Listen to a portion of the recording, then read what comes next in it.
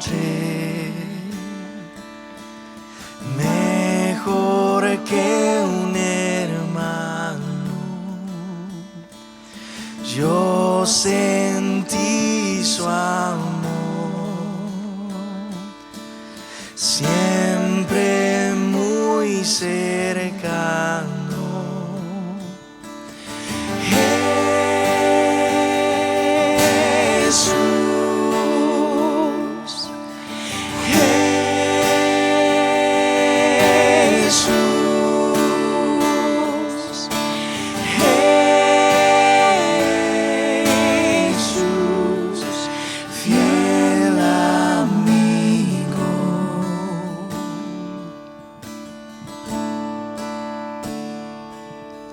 Sus promesas son más fiel que una madre.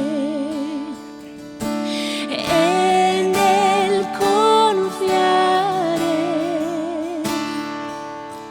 Siempre estás conmigo.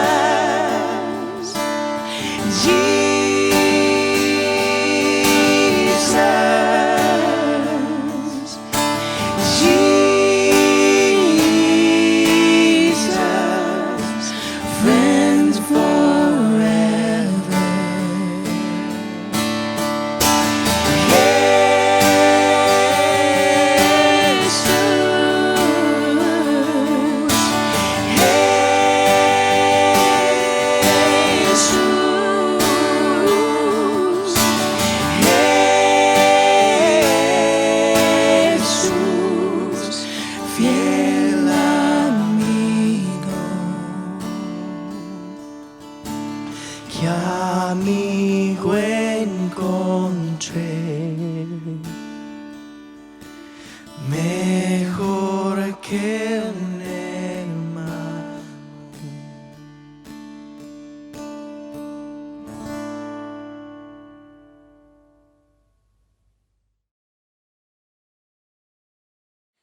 En todo el Evangelio de Marcos, si algo ha quedado establecido, es que él enfatiza a Jesús como rey, como rey. Casi en cada capítulo podemos ver que él es el rey de reyes, el rey de toda la tierra, pero especialmente el rey de Israel.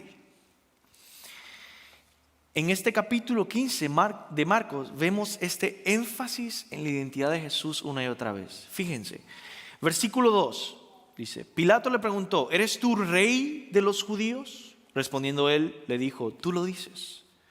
Versículo 9, y Pilato le respondió diciendo, ¿queréis que os suelte al rey de los judíos? Versículo 12, respondiendo Pilato les dijo otra vez, ¿qué pues queréis que haga del que llamáis rey de los judíos? El versículo 17 y 18, y le vistieron de púrpura y poniéndole una corona tejida de espinas comenzaron a saludarle, salve rey de los judíos. Versículo 26, y el título escrito en su causa era el rey de los judíos. El versículo 32, el Cristo, rey de Israel, descienda ahora de la cruz para que veamos y creamos. Este rey Jesús, del que nos habla Marcos, enseñó a su pueblo la ley de Dios, trajo buenas nuevas al pobre y al enfermo, hizo muchos milagros, reprendió a líderes en Israel. El rey era reconocido entre todos por su gran autoridad. Él estaba a cargo y la gente lo notaba y decían, Esa es una nueva enseñanza. No enseña como los fariseos, él enseña como aquel que tiene autoridad. Por eso Jesús, el Rey, llamó al templo mi casa. Le llamó a Dios mi Padre. Le llamó a Israel mi pueblo. Por eso dijo en otros evangelios, como el de Juan, yo y el Padre uno somos. Y también dijo, antes de que Abraham fuera, yo soy.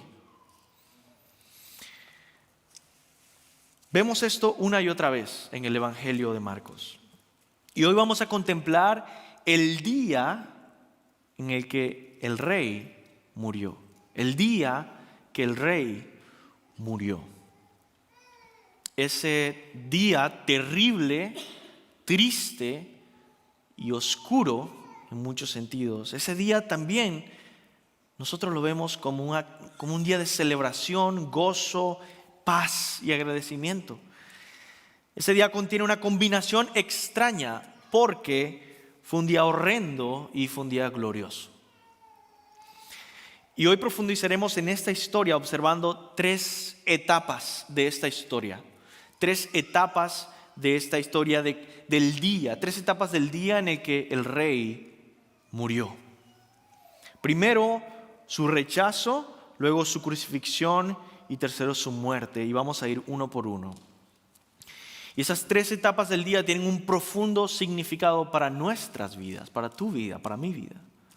Necesitamos pasar por esta historia para entender el propósito de nuestras vidas y la redención final eterna de nuestras almas.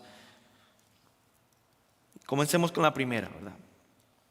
Primero, en el rechazo del Rey encontramos aprobación, nuestra aprobación. Antes de profundizar en lo que significa esto de que hemos ganado aprobación en el rechazo del Rey, vamos a profundizar primero en cómo sucedió este rechazo. ¿Qué pasó en este rechazo? Lo primero que debemos entender es que en este capítulo Marcos enfatiza el rechazo que el mismo pueblo de Dios tuvo para con Jesús. Piénselo bien, este es el Dios de Israel, el Dios de Abraham, Isaac y Jacob. Llega a estar entre ellos. ¿Y cómo lo reciben? Los judíos condenaron al mismo Mesías que estaban esperando, a su mismo Dios que había venido para visitarles. Vemos esto en el Sanedrín. El Sanedrín es una palabra un título para este grupo de líderes en Israel que representaban a Israel y tomaban decisiones importantes en el pueblo. El Sanedrín, vemos que no solo representa a Israel rechazando a Dios, sino que también vemos que el Sanedrín cometió una serie indescriptible de pecados. Cosas que ellos sabían que estaban mal hacer. Habían condenado a Jesús en la noche donde no se debía hacer juicios. Y ahora, eso vimos la semana pasada, ahora ellos vienen y quieren presentarlo ante Pilato y ante el gobierno romano para hacerlo oficial, pero sin un juicio. Sin poder determinar si es culpable o no. Ellos ya lo determinaron la noche anterior, a solas. Completamente injusto. Y ellos lo sabían. Pero lo traen con estas acusaciones ante Pilato diciendo, este es culpable, ¿no? Dice el versículo 1, el Sanedrín llevó a Jesús atado y le entregaron a Pilato. Luego en la historia de este rechazo prosigue que no solo Israel rechazó a Dios. Los gentiles, los que no son judíos, rechazaron a Dios. Y vemos esto representado en los romanos. Así como el Sanedrín representaba al pueblo de Israel rechazando a Dios, así los romanos estaban siendo representados por Pilato. Pilato tiene una sola cosa que preguntarle a Jesús. le dice, ¿acaso te estás autoproclamando rey? Dice así el versículo 2. Pilato le preguntó, ¿eres tú rey de los judíos? Eso es lo importante para Pilato. ¿Estás tratando de hacer una revolución entre los judíos contra el imperio romano, de que te estás volviendo el rey político? Y Jesús le dice, ¿cómo le responde? Dice, tú lo has dicho. Lo cual quiere decir, yo no me estoy autoproclamando líder político ni rey político. El Evangelio de Juan aclara que Jesús es rey, pero dice su reino no es de este mundo. Su reino es un reino diferente que Pilato no puede entender y tampoco Jesús le va a explicar. Él es el rey del reino de Dios. Del reino de Dios que él había estado anunciando desde el principio de su ministerio. ¿Qué pasó con los romanos y los gentiles y las naciones rechazando a Dios? Bueno, Dios vino a rescatarles. ¿Y qué hicieron? Los romanos le azotaron, le golpearon y le crucificaron. Dios vino a rescatarnos y nosotros le escupimos en su cara. Y así de terrible es el pecado que hay en nosotros. Esa es la máxima rebelión que hemos tenido contra Dios. Y eso está muy claro. Pero, mis hermanos, Dios es soberano. Y Dios tenía un plan establecido. Y todo lo que había sucedido en ese rechazo, tanto de Israel hacia Jesús como de los gentiles hacia Jesús, todo estaba orquestado para lograr la salvación que tú y yo ahora podemos disfrutar. Él tomó sobre sí mismo el rechazo que tú y yo merecíamos. Sobre nosotros cayó toda la perfección que Él tenía.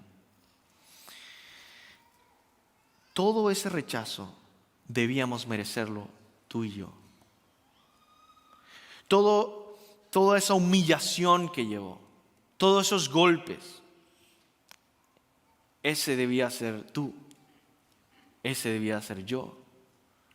Pero ¿qué vemos? Al inocente, al Dios Santo siendo rechazado. ¿Por qué? Para tomar tu lugar, para ser tu sustituto y llevar en Él el castigo que tú y yo merecíamos. Déjenme contarles una historia de cómo yo pude entender que por causa de Cristo he sido aceptado completamente por Dios. Dijimos que en el rechazo del rey encontramos aprobación de Dios. Y yo te digo, hermano, hermana, amigo, eso es lo que todos nosotros, aunque no lo reconozcamos, estamos buscando de principio a fin en nuestras vidas. Aprobación. ¿Lo hice bien? ¿Soy bueno?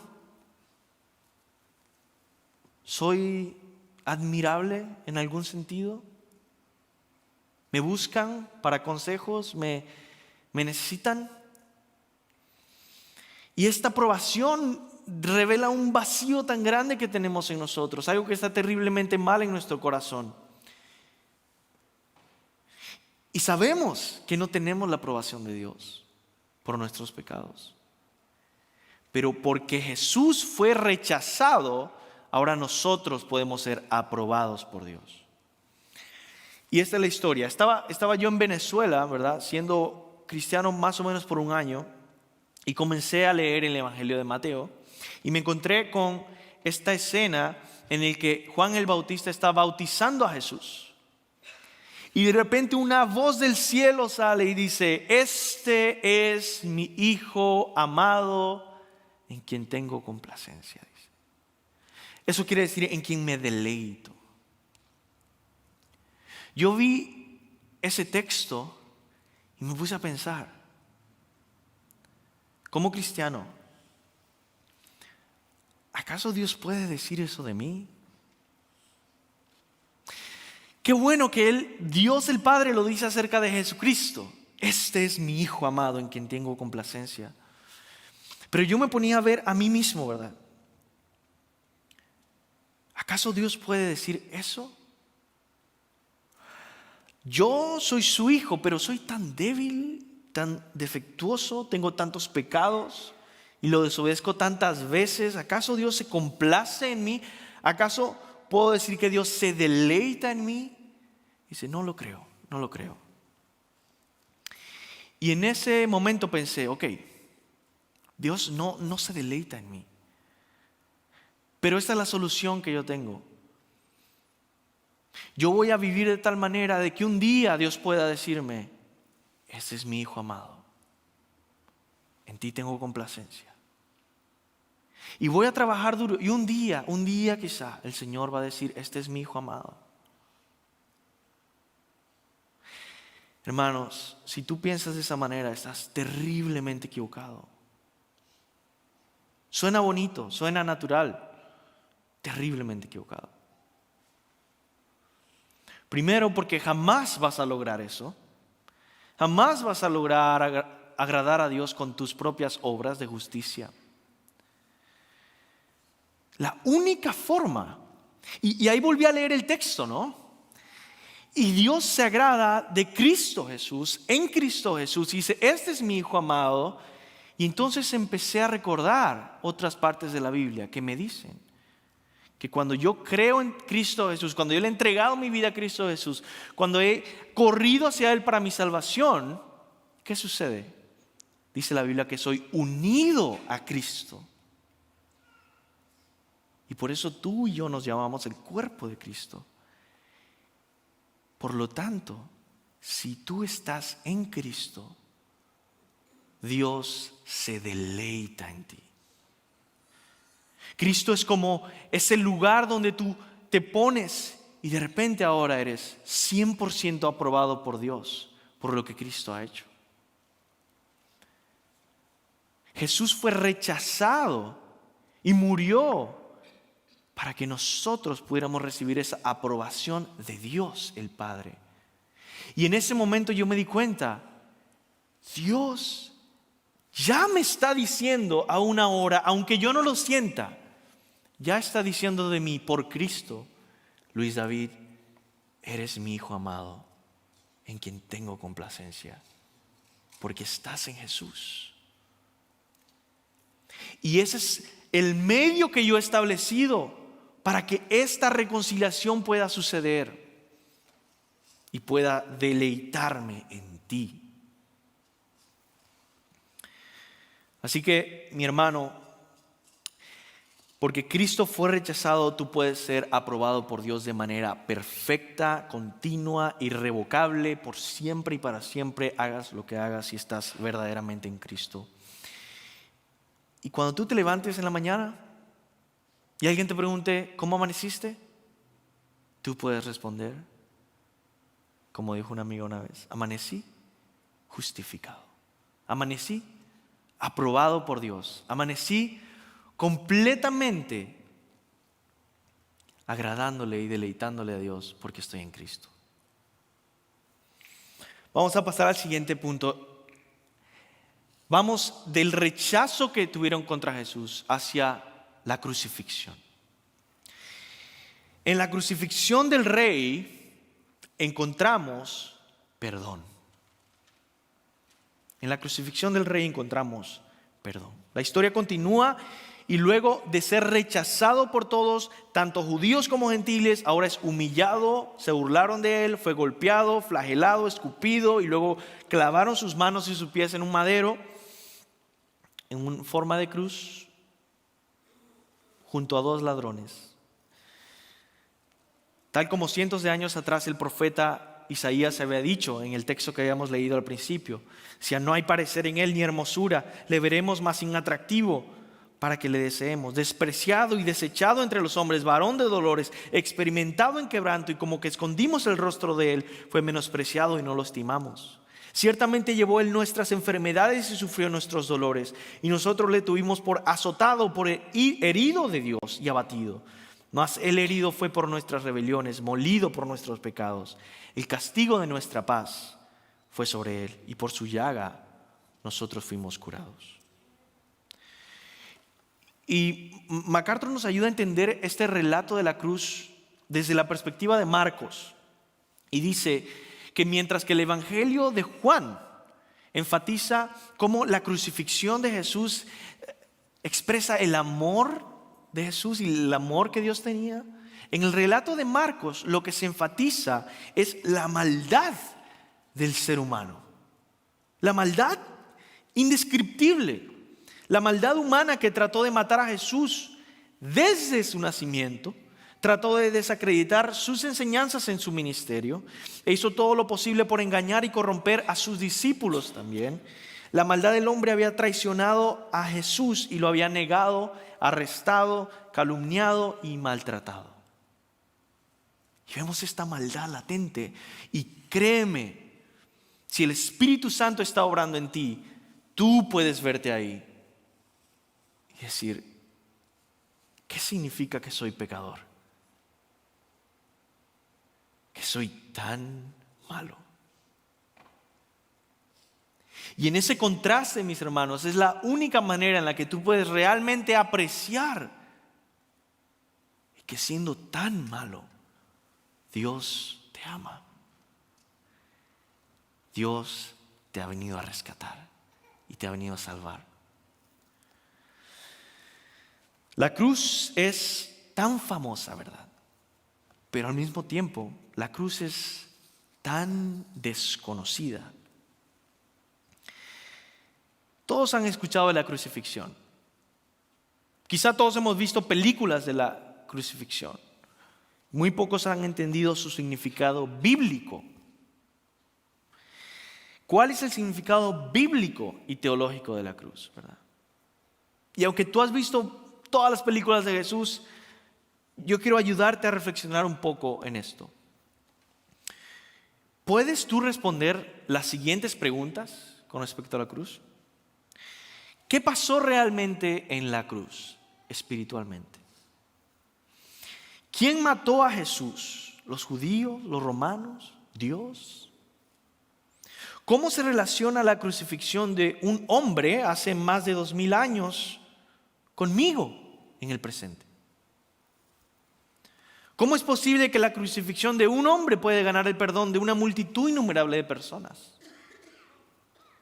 ¿Cómo es que unas horas en la cruz paga el precio que debíamos pagar una eternidad infinita en el infierno? ¿Por qué Jesús no se bajó de la cruz como sus enemigos le pedían? ¿No habrían creído en Él? ¿No era eso lo que Él quería? ¿Por qué decidió quedarse ahí y morir? Todas esas preguntas y muchas más hacen que nos demos cuenta de cuán poco conocemos el punto central de toda nuestra fe cristiana. De cuán poco hemos dedicado a profundizar en este tema de la crucifixión de Jesús. Yo quiero ayudarte con una sola cosa que te va a ayudar a entender el significado bíblico de la cruz. Una sola cosa, porque son demasiadas. Y es la Pascua judía.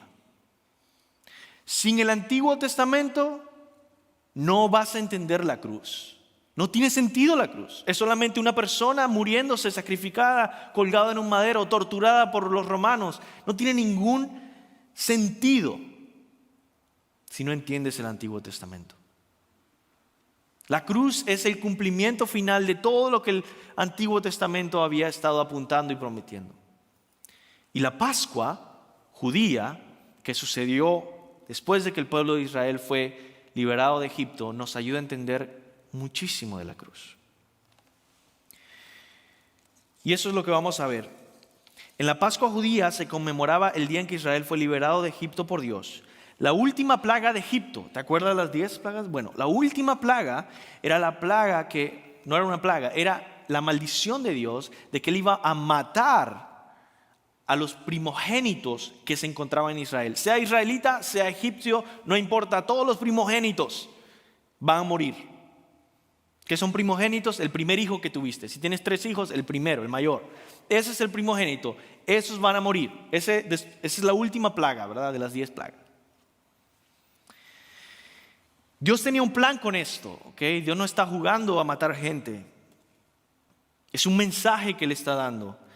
Desde el principio, la Pascua se enfoca en el derramamiento de sangre de un cordero en sustitución de la muerte del primogénito. En otro sentido, nadie va a quedar exceptuado hacia esa maldición. Todos van a sufrir la muerte de su primer hijo, ya sea en su primogénito o ya sea en la muerte de un cordero o un cabrito que tenía que morir y su sangre derramada y puesto en el dintel de las puertas. Esa sangre significaba: ya fuiste condenado, ya fuiste muerto. La ira de Dios vendría y habría muerte en los primogénitos sin escapatoria, ¿verdad? Pero Dios había establecido formas de ser librados. Si obedecías a Dios, si tomabas el único camino establecido por Dios de salvación en ese momento, y obedecías y matabas a ese corderito y ponías en el dintel, entonces la condenación iba a caer sobre ese corderito, no sobre tu primogénito. En otras palabras, o tu hijo recibía la ira de Dios, o el cordero que era sacrificado y quemado simbolizaba haber recibido la ira de Dios. En la crucifixión, Jesús estaba tomando nuestro lugar. Él era el Cordero de Dios que quita el pecado del mundo, como dice Juan el Bautista.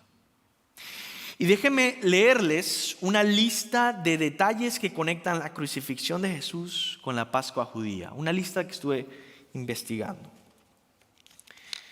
Y son 5 cosas. Primero, 5 días antes de que el cordero fuera sacrificado, el cordero de la Pascua judía, porque eso se celebraba cada año, en abril. 5 días antes de que el cordero fuera sacrificado, era seleccionado. Por lo tanto, es significativo que los escritores de los evangelios enfatizan que Jesús entró en la ciudad de Jerusalén 5 días antes de su muerte y de que el cordero, el sacrificio de la Pascua, fuera sacrificado en el templo. Segundo, Dios dijo a Israel que el cordero que iba a ser sacrificado debía ser un cordero o cabra sin defecto ni mancha. Éxodo 12:5. La Biblia dice que Jesús es el cordero sin pecado, sin imperfección. Tercero, cuando el cordero de la Pascua era asado y comido, ninguno de sus huesos debía ser quebrado. No solo Jesús enseñó que debían comer su carne y beber su sangre, sino que los evangelios nos dicen un dato interesante, que era costumbre romper las piernas de los crucificados. De hecho, nos dice que los 2 que estuvieron al lado de Jesús rompieron las piernas, pero a Jesús no. No rompieron sus huesos, porque ya estaba muerto, dice. Dice Juan 19, 32, 33, dice: vinieron pues los soldados y quebraron las piernas al primero y asimismo al otro que había sido crucificado con él. Mas cuando llegaron a Jesús, le vieron ya muerto, no le quebraron las piernas. Y ahí los evangelistas hablan de que eso cumplía una profecía de esto. Cuarto, Jesús murió y fue sacrificado por nuestros pecados en el mismo día que se celebraba el sacrificio del cordero de la Pascua judía, para cubrir el pecado de Israel. En el mismo día viernes, cuando Jesús murió en la cruz, el cordero de la Pascua estaba siendo sacrificado en el templo. Y quinto, en el momento del sacrificio, a la misma hora del sacrificio de la Pascua judía, ese día que Jesús murió, como nuestra Pascua, la tradición nos dice que un sacerdote tradicionalmente soplaba un cuerno de carnero, conocido como el shofar, que se escuchaba fuertemente a las 3 p.m., a las 3 de la tarde. Un ruido fuerte se escuchaba.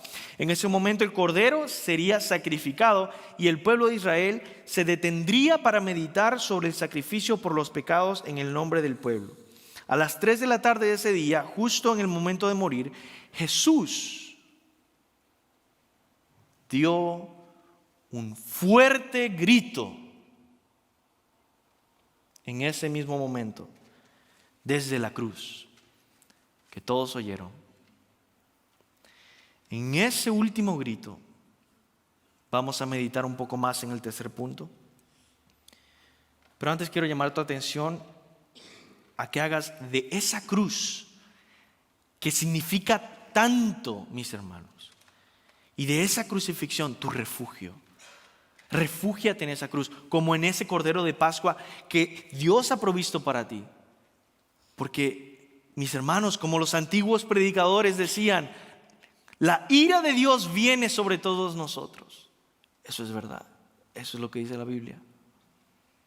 Solo hay una forma de que tú no recibas la ira de Dios que viene sobre todos nosotros: el cordero de Dios que quita el pecado del mundo. Vamos a pasar al tercer punto. En la muerte del rey encontramos un nuevo comienzo. Marcos termina de relatarnos lo que sucedió el día en que el rey murió, dándonos algunos detalles interesantes. El que más me llamó la atención fue el que les dije, que Jesús gritó intensa y fuertemente en la cruz antes de morir. Ahora, muchos de nosotros nos imaginamos, hemos visto tantas películas de Jesús, que nos imaginamos que Jesús murió en silencio, en paz, calmado. Pero la Biblia nos dice, en el versículo 37, mas Jesús, dando una gran voz, expiró. Entonces el velo del templo se rasgó en dos, de arriba abajo. Esa frase de la Biblia, dando una gran voz, está expresando un grito fuerte que conmovió a las personas, tanto así que Marcos nos dice en el siguiente versículo que el centurión romano dijo: verdaderamente este es hijo de Dios. ¿Recuerdan que en esa misma hora se tocaba el shofar fuertemente? En esa misma hora sacrificando el cordero, los cabritos. En esa misma hora Jesús sacrificado, dando una gran voz.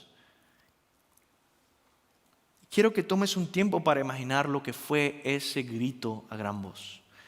Nuestro Rey, nuestro Salvador, clavado en una cruz. Nuestro gran Dios, el gran yo soy, el Dios fuerte, el Señor de los ejércitos, clavado en una cruz sin poder moverse, sufriendo y agonizando, dando un grito tan fuerte, ¿verdad?, que tuvo significados increíbles en el cielo y en el templo. ¿Qué sucedió en ese grito? Ese grito anunciaba que la ira infinita y justa de Dios había sido derramada sobre Jesús. La ira que tú y yo debíamos merecer, que íbamos a tomar en el infierno. Ese grito anunciaba que el castigo de nuestros pecados y los sufrimientos del infierno fueron derramados en Jesús. Ese grito anunciaba que la copa de la ira de Dios fue bebida hasta su fin. Ese grito anunciaba que Jesús en su humanidad fue abandonado por Dios, el Padre, para que nosotros fuéramos aceptados en la familia de Dios. Por eso el velo se rasgó. El velo del templo, mis hermanos, guardaba la presencia de Dios y la hacía inaccesible para ninguna persona. El velo en esa parte del templo, nadie podía entrar ahí. El velo solamente podía ser accesado una vez al año por el sumo sacerdote, que quizá iba a salir vivo, quizá muerto. El velo mantenía el misterio de la presencia de Dios. El velo también mantenía el mensaje de que nadie puede accesar a Dios por causa del pecado. Tú y yo no podemos accesar a Dios por causa del pecado. Ese velo fuerte, de material grueso, fue roto sobrenaturalmente cuando Cristo murió, roto por Dios. Eso significaba que el pecado había sido ya removido. Y ahora tenemos acceso a la presencia de Dios. Tú y yo, pecadores. Tú y yo que rechazamos a Dios. Se nos ha abierto un camino. Jesús es el verdadero templo que fue roto para que nosotros entráramos a la presencia de Dios. Fue un rey y fue un cordero. Fue un león y fue un cordero. El león que tuvo victoria sobre todos nuestros enemigos. El cordero que no abrió su boca y sometido a padecimiento tomó nuestro lugar y recibió el castigo. Necesitábamos a este Salvador que era Dios hombre, cordero y león, victorioso rey y siervo sufriente, ¿verdad? Podemos ver en él esta provisión de Dios, tan sabia, tan compleja, tan difícil de entender, para salvarte a ti y a mí. Él tenía que ser poderoso para derrotar a nuestros enemigos y débil para llevar nuestro dolor y nuestro castigo. ¿Y esto qué significa para nosotros, mis hermanos? Un nuevo comienzo. Un nuevo comienzo. La muerte del rey significó un nuevo comienzo para nosotros. Los antiguos profetas de Israel habían anunciado que un día, la promesa de Dios de que un día iba a traer una victoria final, la salvación final, el establecimiento de una nueva época y un nuevo pacto. Una época de eterna paz y justicia donde el pecado ya no existiría. El diablo sería derrotado, el pecado sería derrotado, la muerte sería derrotada. Esa nueva época fue inaugurada en la venida de Cristo, su ministerio, su muerte y su resurrección. Ese sacrificio significa un nuevo comienzo para ti y para mí. Y por eso, en este nuevo comienzo, nosotros, ¿verdad?, como discípulos de Jesús, entendemos el gran precio que fue la muerte de nuestro Rey. ¿Cómo es que pagó Él por este nuevo comienzo? En esa cruz Jesús tomó nuestro lugar. Estamos a punto de recibir un año nuevo. Y de alguna manera es tan útil pensar en esto como un nuevo comienzo.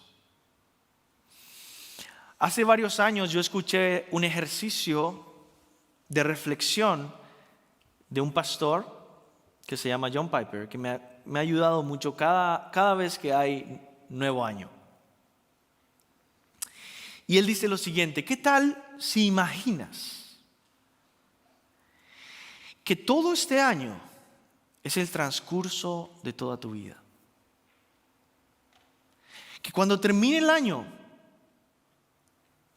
el día de mañana, sería el último día de tu vida. ¿Cómo has vivido? Puedes mirar atrás. ¿Cómo has vivido? Yo quiero ayudarte con varias preguntas para reflexionar. ¿Has vivido para tus propios placeres o prefieres que Dios se complazca en ti? ¿Has vivido para construir tu propio reino o el reino de Dios? ¿Has vivido amando al prójimo? ¿Has compartido el evangelio tanto como pudiste? ¿Cómo estuvo tu vida de oración este año? Que simboliza en este ejercicio toda tu vida. ¿Cómo estuvo tu lectura bíblica este año? Que significa toda tu vida. Y en ese momento de confrontación, nosotros nos damos cuenta: oh, estoy imaginando. Tengo una nueva oportunidad de comenzar otra vez y vivir como quise haber vivido mi vida. Dándolo todo para el Señor, amándole, confiando en Él, tomando pasos de fe, amando al prójimo, sirviendo a mi hermano, siendo fiel en la iglesia, leyendo mi Biblia, orando al Señor. Tengo otra oportunidad. A mí me encanta leer un libro con una buena trama, una buena historia, ¿no? Había un libro que yo leí hace varios años que recuerdo ha sido el único libro de tipo de historia de fantasía o de ficción que a mí me ha atraído. Lo que más me atrajo de esto es lo que muchos autores llaman el factor sorpresa, ¿no? El hecho de que tú vas siguiendo y dices, ¿cómo puede ser esto? Jamás me esperaba que esto iba a suceder en la historia. Eso es lo que los mejores escritores y los mejores libros saben hacer. Ese sentimiento que te hace sentir casi mariposas en el estómago, ¿verdad? Porque no puedes creer que esto haya sucedido en la historia. Esto es algo así como lo que hace Marcos en su evangelio. Marcos nos ha mostrado todo este tiempo un Cristo tan poderoso, un rey con tanta autoridad, con tantos milagros, que reprende a todos los líderes y les dice, yo les voy a juzgar un día. Increíble. Y cada vez creciendo en cada capítulo, creciendo en una imagen tan majestuosa y sublime de Jesucristo. Y ahora, ¿cómo puede ser? Ha sido derrotado. Está humillado, escupido, desnudo, clavado en una cruz. Y este factor sorpresa es lo que nos atrae grandemente en el plan, en la historia que Dios está contando en Jesucristo. Y para terminar, yo quiero leerte todas estas paradojas que encontramos en la cruz. La victoria parecía derrota. Esa es la locura de la predicación del Evangelio. El Dios invencible parecía derrotado, pero realmente logró su más grande victoria. Cuando el Rey Eterno es derrotado y muere, la realidad entera parece girar sin sentido, ¿verdad? Todo está boca abajo. Segundo, la maldición del inocente, Jesús, produjo la bendición del culpable. ¿Cómo esto es posible? Dios sacrificó a su propio Hijo para que sus enemigos tuvieran vida y redención. Tercero, parece que el soberbio derrotó al humilde. La destrucción del mal se llevó a cabo en la expresión máxima de su maldad. Se expresó totalmente el mal y en ese momento fue derrotado por Jesús. Quinto, el Dios de Israel ha sido echado fuera por su pueblo. El Señor de la casa fue escupido por sus propios siervos. El justo juez de las naciones ha sido juzgado y condenado a muerte por los gentiles. Y sin embargo no fue derrotado. Él conquistó la muerte y el pecado y derrotó a Satanás. Y por último fue desamparado para que fuéramos abrazados. Se desnudó para que fuéramos vestidos. Se humilló para que nosotros disfrutáramos de su gloria.